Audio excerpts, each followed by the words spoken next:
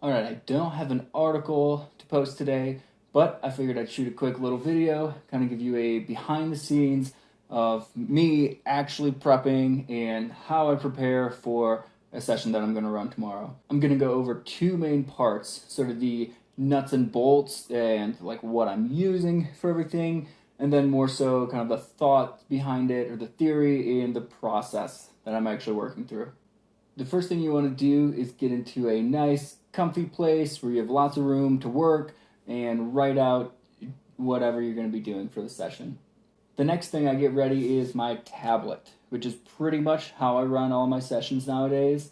And I use this app called Nebo, Nebo, for pretty much everything. It's essentially just like this, but digital. It's just a giant sheet of unlimited grid paper. And you can have different notes. I don't know if you can see it or not, maybe not.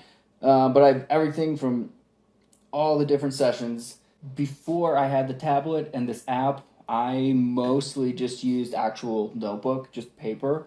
For me, that seems to work really well. I know a lot of people like to use their laptops or have books with stuff marked out in front of them. But mostly, I'll just use paper, bullet notes, arrows going every which direction. It works for me though.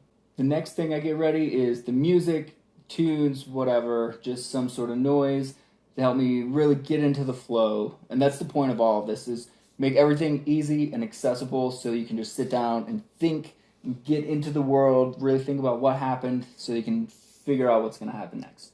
So for music, I like to do stuff that's really chill, just easy listening without a lot of lyrics or without like strong in your face lyrics. So one I like to listen to a lot is Men I Trust, Uncle Jazz, the album. Really, really good. You should definitely check it out. Another one is a YouTube channel called Blue Turtle, and they have a bunch of different playlists for kind of fantasy, medieval type music, and really cool video, little animations that go along with it. Ithia, I think there's a story. I don't really know what it is, but they're fun videos, and they help kind of set the atmosphere. You want to be sure to have some water or some other beverage. If you want a little snack, just have it nearby, again, so you can just sit down and not have to get up. Finally, the last thing is I just have my laptop ready in front of me. So this is usually what I'll play music through, and then if there's anything I need to Google around, just look for different inspiration pictures or look up stat blocks, some lore, whatever it may be. So now onto the more theory or the actually doing it part. The first thing you want is to think about the last session, review your notes. Hopefully you took some. If not, you should really start doing that, because at least my short-term memory, not so great. And there's a lot of things that can happen, so write it down. Again, I have it all on here, but you might have it saved elsewhere. So I'm just looking through here what we did last time, and it was mostly just a shopping episode, which we knew it was going to be. But there's really only a few things that happened that I'll want to be sure I'm thinking about as I'm getting ready for the next session.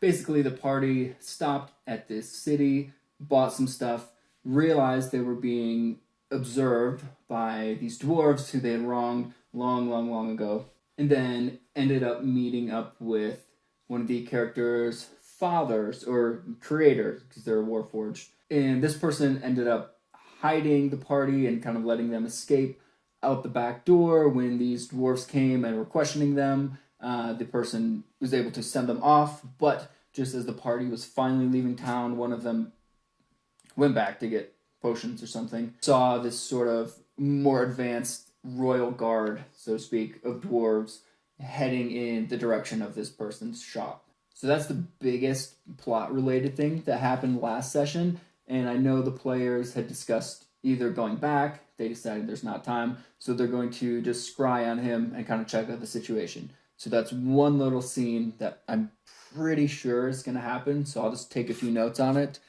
My notes are not very specific for scenes, so what I've written down, prepared for this one, is Zeph Scry, okay, Zeph is the character's name, locked up, interrogation room, being asked questions by House Kundrak, Civis, Caneth, and Red Cloak person. So for me, that'll be enough to just come up with something. These four individuals are going to be asking the NPC just questions about the characters in the party, who they are, what they were there for, is there any relation, where did they go off to, just any information, because the party has many active bounties on their head. So after I've thought about the last session, I want to think about, okay, the upcoming session, just envision where's it starting, where do I think it's going to end, or where do I want it to end, and things that can happen in the in-between. So I know it ended with the party crossing this ocean on their airship. They have about a week or so of travel time. They already figured out what's going on in their downtime. And they are headed to this observatory to hopefully stop the end of the world. Since I mostly want this session to take the players to the observatory, get them through a bit, and then probably, just for the sake of time-wise and general pacing of how the group works, and these are just things you'll start to notice as you play with the group longer and longer. But I'm wanting the session to finish either while they're still making their way through the observatory or right when they get to the end, kind of the top, see the big bad, and just before essentially the final fight, the end game of the campaign. And again, I wanted to end here because I know that is going to be a really big fight, possibly the end of the campaign. So I want to have essentially a whole session dedicated to that. And I want to make sure everybody's there for it.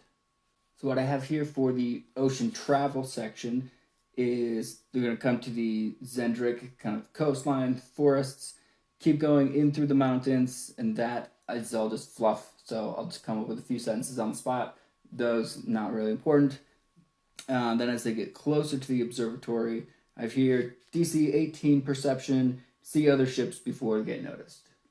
So as they're approaching, I'm either going to make them, or one of them will probably ask to be kind of on the lookout to see if there's any other airships from the bad guy that are around or closing in on whatever location. Depending on whether or not they see them and just sort of how they choose to approach the observatory as they get closer, there's a good chance that there might be some airship sky battles. So just real quick, I'm going to jot down a few stats, HP for some airships and AC, and then just a quick little attack. They've fought different airships, and we've had sky battles before in the past, so this isn't anything super novel, and I'm not really going to worry too much about it, but just in case, I just want to have something a little bit ready. The final thing I'm going to do is sort of map out very loosely the entrance to this observatory, including enemies that are around there, how it's being guarded, and then the actual interior of the observatory, a couple different points of interest, and finally the top floor where the actual looking part of the observatory is. And this one's planar, so it's going to be really cool stuff all around. So I'm going to come up with a bit more of a detailed description for that. The bad guy is going to be there, so probably a few points of dialogue, since this is really the ending point for a lot of different things that have happened. So this could go in a few different ways. So I'm just going to prepare for a little bit of those, but I suspect it'll probably come to combat with a demon overlord in the following session. So what I did next was draw a very, very accurate and detailed picture of an observatory and kind of how I wanted it sitting on a mountaintop. And this is just to give me a bit of an idea. I took a couple just random notes on the side for when I'm describing their approach. Essentially, there's going to be this large rocky opening. This all is taking place in the mountains. So large opening. Down there, they can see 4 of the enemy's airships, one of them being the master ship, the really good, cool one that they've encountered before. And there's just it's like crumbling ruins and stuff, and a kind of bunch of switchback pathways leading to the actual entrance of the observatory. So while I was doing this, I just Googled a bunch of different stuff to come up with some ideas. So I have like giant ruins fantasy, just look through the images there, just a bunch of different crumbling ruins, ideally that are really, really big. And now, when I'm going to design the interior of it, more the battle map kind of style, I'm looking up observatory blueprints. So if you've never looked at blueprints for something before, you definitely should, because it's kind of like a battle map, especially if you have no idea what something looks like on the inside, and you want to make it kind of close and not have to think as hard. All right, now the interior is as complete as it's going to be, and I'm more or less ready for tomorrow's session. I might look up a few things in the meantime, just to give you an idea of what I put. Again, it's all very broad strokes. So I just have a big circle representing the outside position of a couple of different bad guys kind of guarding it. I have notes about how the ceiling has these large circular plates and gears that allow rotation, and how there's these massive hydraulic columns supporting this gear plate apparatus that allow it to move up and down and tilt in different directions. I have a room or building kind of in the center, again with a few more guards around it. And inside of there is what I imagine kind of from Star Trek, like a warp core, a large kind of glass-like cylinder with just this different blue arcane energy sparking around inside. And there's these copper coils and wires that are going up through the ceiling, charging and powering whatever's up there. And then for the top of it, I have kind of the stairway leading up to it. And since these are giant ruins, some of the stairways might be crumbling or fall as the party's trying to make their way up. So there might be a few deck saves, but I'm not planning out specifically for that. Once they get up here, there's a large Titan heart, part of the campaign, in the middle with these different geometric circles, kind of concentric rings, and different swirling patterns on the floor. And above each of these, there are little kind of brass and iron spheres floating around following the path of these. The ceiling, which is made of this really finely cut crystal, has a large opening where the telescope sort of part of it is looking through this massive wooden cylinder with glass lenses on either side. And from there is these little wispy magical tethers going to each of these spheres that are kind of rotating around. So it almost looks like wispy tentacles kind of flowing in the circles. On the opposite side of the room, there is a large control panel that, again, since this place was built for giants, is like 20 feet up. And up on this, there's a few of the Red Shepherd, the bad guy, a few of her goons ready, kind of pulling these massive levers, pressing buttons, another one standing guard down below, and a little bit further off in the room is the Red Shepherd themselves, the ultimate bad guy of this story so far. Now, essentially, the Red Shepherd, there's going to be a little bit of conversation and stuff. There's going to offer this ultimatum. So they've initiated this ritual, but to complete it properly, they need this dagger that the players have. So either the players can kind of give over the dagger and allow them to finish it, or they cannot, and this demon overlord won't have anything to focus its power towards, and it will just manifest in the material plane, and he's pretty scary, so that would be a big fight. Of course, there's other options. I don't know what the party's going to actually do when they get there, but I gave them a few different kind of clear avenues they can take, as well as a time crunch. This ritual is happening. It's going right now.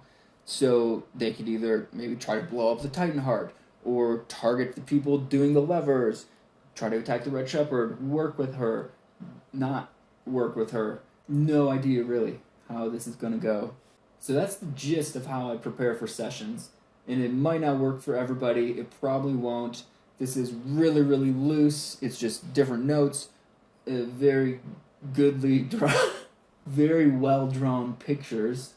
I know how to speak English. And from there, I'm just going to kind of go back and forth with the players and see what happens. So hopefully this helped. If you want to see more videos, different stuff like this, please subscribe and let me know what other kind of content you'd like to see, because I don't know unless you tell me. So, thanks.